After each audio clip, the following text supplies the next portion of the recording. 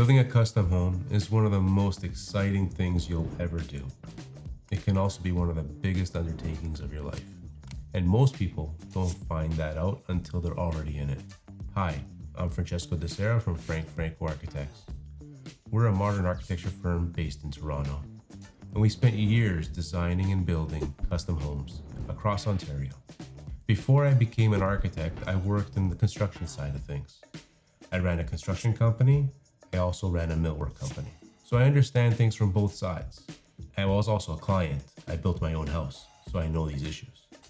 In this video, I'm answering some common questions from clients about designing and building a custom home, from the process, the costs, and what most people wish they knew before starting.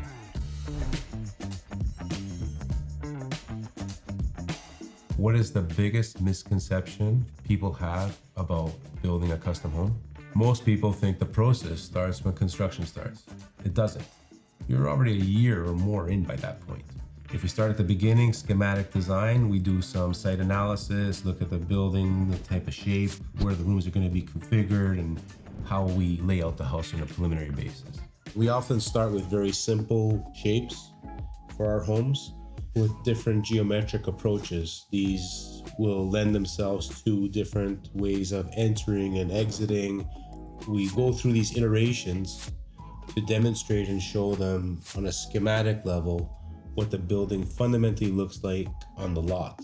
Then there's design development, where consultants got getting involved. You have to make decisions on the type of HVAC system you're using, or do we have to go to committee of adjustment, and are we implicated by heritage or even conservation? And those are all part of municipal processes. This is pre-application stage, so we can actually see all the decisions we've made. This is a representation of that in model form. It gives us a sense of where the pool is going to be and how that interacts with other landscape elements like the loggia and the integrated cabana. So there's a lot of decisions that are made throughout the entire design process before we even get to construction. And they all have downstream implications. We have to be very aware of what we're doing and make smart decisions along the way. What actually happens when a project hits the committee of adjustment? What are the clients never prepared for? The time. It always takes time. Unending time. We have to start off with our zoning certificate. That means our initial design has to be completed and circulated to the city. They have to comment on what variances you require. If you change that application in any way, it goes back to that process. That's 4 weeks. Once we have that, we apply to the committee of adjustment for a hearing date. That hearing date, we're not in control of. It's based on the availability of the schedule and when we can find the slot. Once we have our hearing and we're successful, there's a ratification period. That's another 3 weeks. So when you look at the whole committee of adjustment process from beginning to end, it can be 4 months to 6 months. Clients are never ready for that delay. So if you have a project that's going to committee of adjustment, you are going to be waiting. And while you wait, the design does stop. It runs on its own timeline, not yours. And the earlier clients understand that, the better. Most people treat conservation authorities like the TRCA as a roadblock. What are they really missing? I understand it feels that way, that this process is slow and cumbersome and it's not really in your favor, but it is. It's there to protect you, the homeowner, when you're investing in building a property. If we look at this building and cut a section across here, it's going to look something like this. If we dig too far down, we start to undermine this hill, and this hill wants to slide this way. The opposite is true here. If we dig too far down here or too close to here, then we have a concern with this hill wanting to slide away as well. And that's a TRCA concern. Conservation authorities are often confused with environmental issues, and there are components of it, mostly to do with erosion and water. They're concerned that the hill won't collapse on your house, which is important. When you're dealing with trees, that tends to be an urban forestry issue or forestry, separate application. When you're dealing with animals, that's an environmental impact study in terms of what are we destroying, what habitats are we taking away. If you're building in a historical community or a heritage community or a heritage district, you're going to have to apply to that. These are all separate entities within the application process. As the architect, we are here to help you through the TRCA process and conservation process. We've had a lot of experience working successfully with them, and we've been able to incorporate their mandate with what we expect in a design to get a solution that makes sense. What is one decision that's always made too late? Interior design. Clients are intimidated by this because they have to make decisions in advance and they're not prepared to make them, so they put off making them as much as they can. But when we're dealing with interiors, we need to understand materials and material thicknesses. And here's an example. If we have a window that goes from floor to ceiling, we need to understand what tile you're using on the floor because we have to accommodate the height of the window to match that floor. When we talk about interiors, we want to address the floor finishes. Here's some examples of floor finishes, and you can see that they are varying sizes. We have to address how this termination is going to happen with the interior floor and the window mullion. This is a sliding door. We either have two choices. We either have to build this up or have to recess this down. We also have to accommodate the ceiling. Is it a drop ceiling? Is it a paneled ceiling? One of the things that are unnoticed is architectural detailing. When we talk about architectural detailing, sometimes people think about finishes or the way it's going to look. And it's true, we have to consider how it's going to look. And sometimes it involves recalculating or reverse calculating your finishes.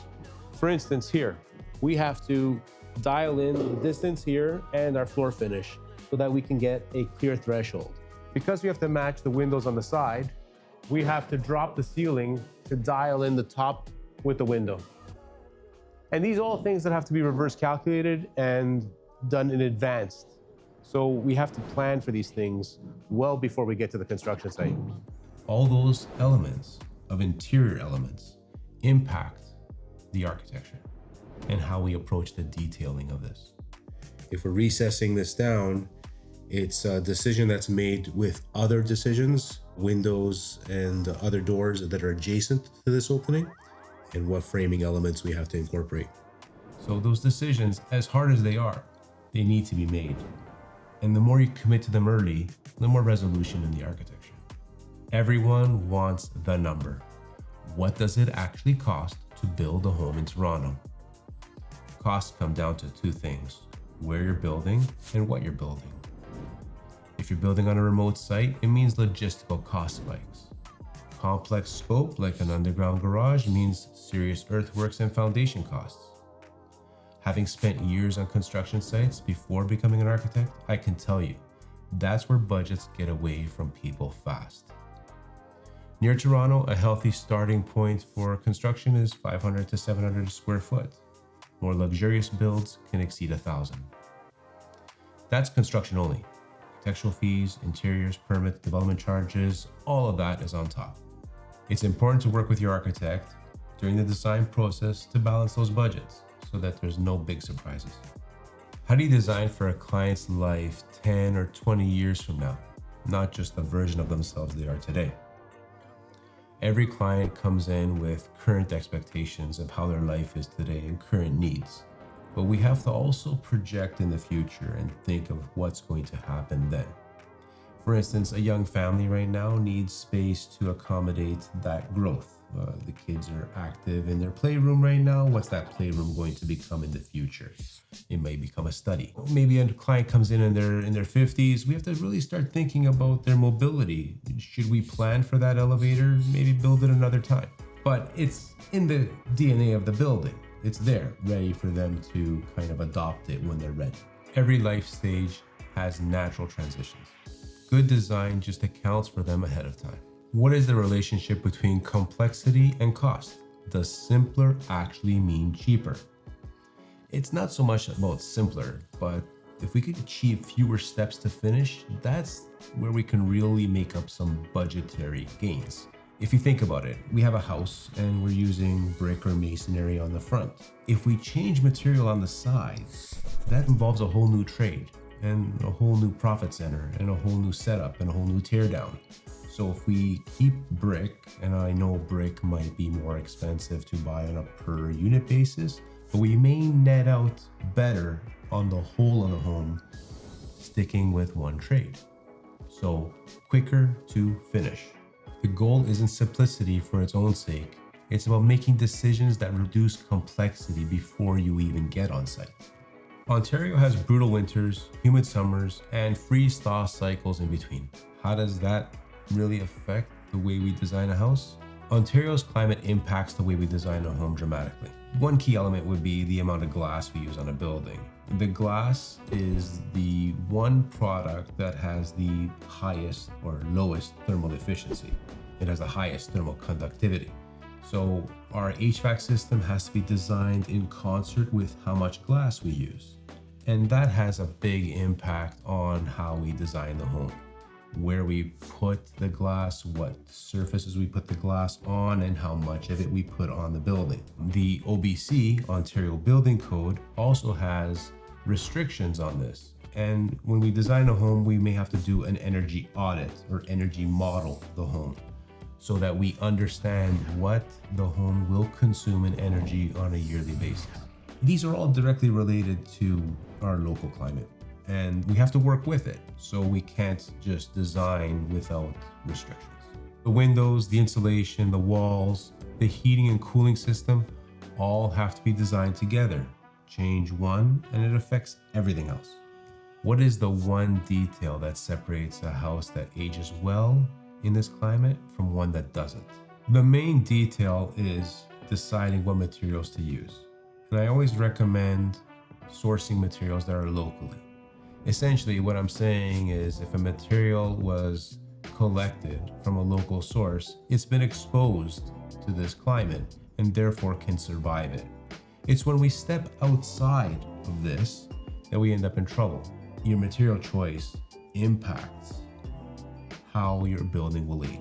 So here's two examples of a clay brick and a concrete brick, and some examples of stone. This is an Indiana limestone and an Aramosa flurry cut from Northern Ontario. All these samples are great materials to be using on exteriors for our climate. In addition, if you stick with them in concert, they're all in the masonry family, so it's one trade. You just have to address the varying costs between these materials. Always pick locally sourced materials. If you're going to use a stone, we have beautiful stones in Owen Sound. We have brick that's locally manufactured. These things have been tried, true, and tested here. That's what will make your building last longer. Designing and building a custom home is one of the biggest commitments you'll make in both time and money. Get the right architect and team around you, and you'll never have to do it again. If you enjoy this, follow along. We will be sharing more about modern design and what it looks like in real projects. Thank you.